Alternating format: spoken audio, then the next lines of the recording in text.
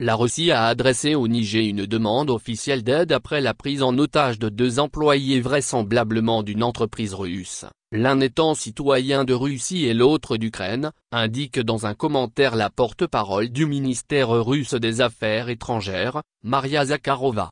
Des terroristes du groupe de soutien à l'islam et aux musulmans, Xim, qui a prêté allégeance à Al-Qaïda, ont lancé le 18 juillet dans le sud-ouest du Niger, près du village d'Ambanga, région de Tiaberi, une attaque contre des géologues effectuant des travaux d'exploration minière et contre les gardes assurant leur sécurité. 4 personnes ont été enlevées et plusieurs militaires nigériens ont été tués, indique le texte. Une vidéo avec 2 otages a été publiée sur les réseaux sociaux le 2 août. L'un d'eux s'est présenté comme Oleg et l'autre comme Yuri, selon certaines informations. Le premier est russe et le second possède la nationalité ukrainienne. D'après les otages, ils travaillaient au Niger pour une entreprise russe et ont été arrêtés par le Xim. Les géologues n'ont fait aucune déclaration au sujet d'éventuelles revendications des terroristes. La Russie a adressé aux dirigeants du Niger une demande officielle de fournir l'aide nécessaire dans le contexte de ces événements, ajoute Maria Zakharova. L'ambassade de Russie à Bamako,